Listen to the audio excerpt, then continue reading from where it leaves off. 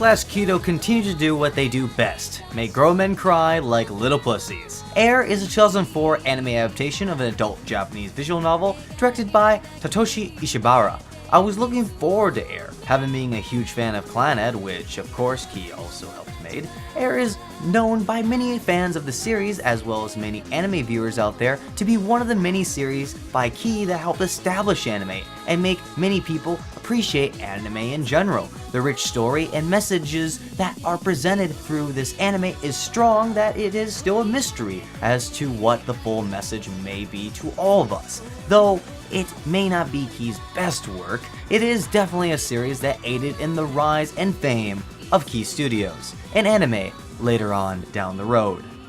Air tells a story of a traveling puppeteer named Yukito, who hops from town to town across the country performing strange puppet shows for kids in hopes of earning a living. However, he is broke most of the time, which leads him into sleeping on benches and scratching for food any way he can. But when he arrives into a beautiful small town where he meets an odd girl named Misuzu, she offers him a place to stay at her own home, and Yukito continues to meet and interacts with the friendly people of the town, who seem to be hiding some dark secrets. As the story progresses, we begin to see Yukito's true motivations for arriving in the town. He is looking for a mysterious girl in the sky, a girl told in legend and myth who has the ability to fly with her enormous white wings and can pass on her dreams to other people, particularly Misuzu. The plot has a very calm way of revealing itself, never forcing anything vital down your throat, but rather letting you decide how much plot you want at your own pace. It's a very meditative approach to the usual narrative trope seen in most romance genres. But Air insists on being patient, and hence, the audience has the ability to be as patient to capture the sense of it all. However, for those looking for a fast-paced, plot-heavy anime, this really isn't for you. Even though it's relatively short 12-episode running time, there's so much space to breathe, pun unintended, that you're able to just sit back and let the glorious animation, characters, and light plot just soak in. Though, not much can be said for a pretty rough few episodes. What are these pretty rough few episodes, you might ask? Well, these few episodes I mentioned happen somewhere in the middle of the show, as it decides to take a time leap back into the past, tracing the origins of the girl in the sky. See, what was great about the first half of the show is just how much this mysterious figure is mentioned, which creates a menacing but quite intriguing allure about her. The supernatural undertones work amazingly. As soon as this time leap into the past happens, it introduces us to a swell of characters that more or less destroy this allure perfectly set up before. It was unnecessary, but more so very dull and contrived. It was quite a kickback for people like myself who were really invested into the show. Then it decided to introduce a new setting and characters at the drop of a dime. It's jarring to say the least, and it's not nearly as interesting as you might think. Thankfully, this only lasts around 2 episodes before it takes us back into the main plot, where a random twist of inexplicable events occur that destroy this preconceived mindset of the mystery of the first half. But it has its special way of being funny while simultaneously breaking you down into emotion, so I'll give it that. From what I observed, Air knows how to bring several layers of a complexity to each of the main girls' story arcs. However, the most depth is reserved to the final girl, Misuzu's arc, as the march towards a conclusion slowly draws one into the realization that there may not be necessarily a happy ending. However, the complexity of the story, essentially in the concluding episodes, can start to get confusing as one tries to figure out exactly what is happening and where on the timeline we're currently at. What ultimately happens in the end is not necessarily obvious either, though one could say this doesn't necessarily take away from the power of the story's final arc, but the majority contributor to this is its failure to establish some plot points. Some plot points are so not established that they make which turns the unfolding events very confusing. In truth, the idea of the girl in the sky, the very idea that the whole story is paying homage to, is by far the most confusing plot point, which I don't want to give into great detail just because it will obviously spoil major points of the entire story. Yukito is a very interesting protagonist, as he dreams one day of meeting this legendary figure, but also is a broke down, on his luck schmuck half the time. His interactions with various girls around the town are based mostly on his decisions to fill his own stomach, but as the show progresses, he begins to grow an attachment to them, and we witness a great character arc that leads into a truly heartbreaking finale. The chemistry works particularly well with Yukito and Misuzu, but also Misuzu's guardian and aunt, Hiroku, who is a raging alcoholic that becomes good friends with the protagonist, and there's a sense of family there that's quite strong, even though it's pretty subtle. It's especially evident in the later half of the show, but the first half I feel is where it truly shines. Misuzu is an excellent rendering of a childlike middle school girl, good-natured, clumsy, and cute. She makes both an excellent comedic and serious role, each wrapping around naturally around her as she smiles, trips, gets up, and smiles again. Misuzu's mother, a semi-bimbo who loves Misuzu more than anything, even though as she tries not to, quickly shows what place she should have her in her own heart, though getting there will take some time.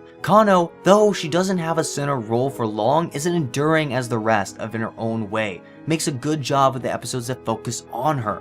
As for Minagi and her sister Michiru, their arcs is strong enough to justify a series all by itself. Minagi speaking in tones that never rise with her own unique approach to conversation, and Michiru unable to curb her enthusiasm enough to blow a soap bubble without breaking it, makes an enduring duo, and their story is a strong one. All of these characters have an inexplicable tragic past or terminal disease that is usually tied to the supernatural and rarely has anything to do with the main idea of the story, if there even was one to begin with. Air tries to have a point, but only obtains one in the relationship between Hiroku and Misuzu in the very end, that I solely wish had been the focus of the entire show instead of the typical boring boy learning about helpless girls in the town pattern that proves pointless when it all is said and done. That is also a staple of the hentai games these shows are based off of.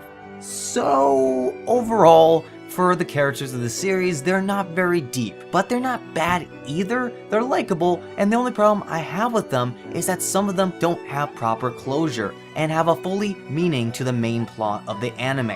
Honestly, it just felt like they disappeared as if they never even existed. In short, the characterization in this series is not remarkable at all. This was a Key/Kyo powerhouse combination, which was one of the many things that attracted me to this show.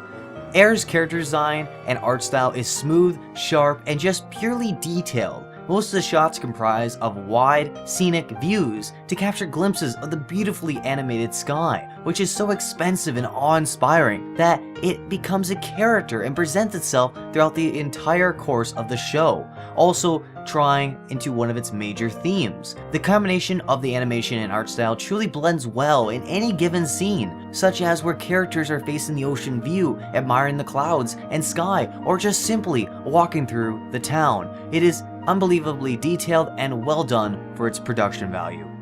The music, for the most part, feels like an underscore, enhancing but never overbearing the relaxed tone of the early episodes. Once the manipulative elements come into play, the music is right there with it. One sequence where Misuzu is apparently being inflicted by the effects of her so-called curse was particularly overbearing.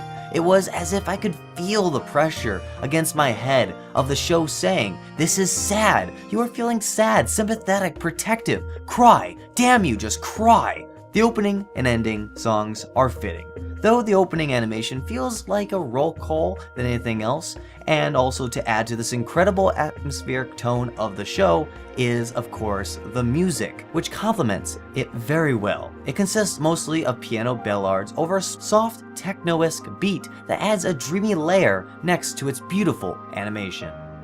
Overall, Air is one of the most visually unique anime I've seen. It has breathtaking art style with a grand vision of the sky above a small town, adding to a powerful allure and mystery that complements the legend of Yukito's Girl in the Sky very well. The soundtrack is beautiful, combining hunting piano melodies with soothing trace beats, and the characters are very likable, but not very remarkable.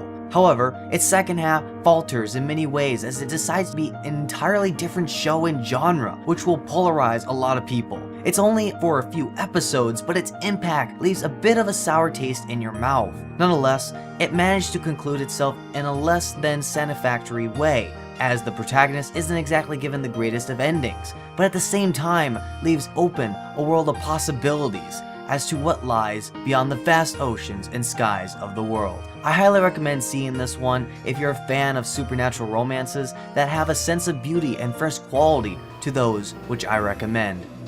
Anyways guys, this does end up my review of Air. Hope you guys did enjoy this. If you guys did, please hit that like button, comment down below your thoughts and opinions of this anime, and as well, please guys, go check out Otaku for all awesome anime related podcast content. My name is JcGreen. I hope you guys did enjoy this, and I'll see you guys in my next anime related video.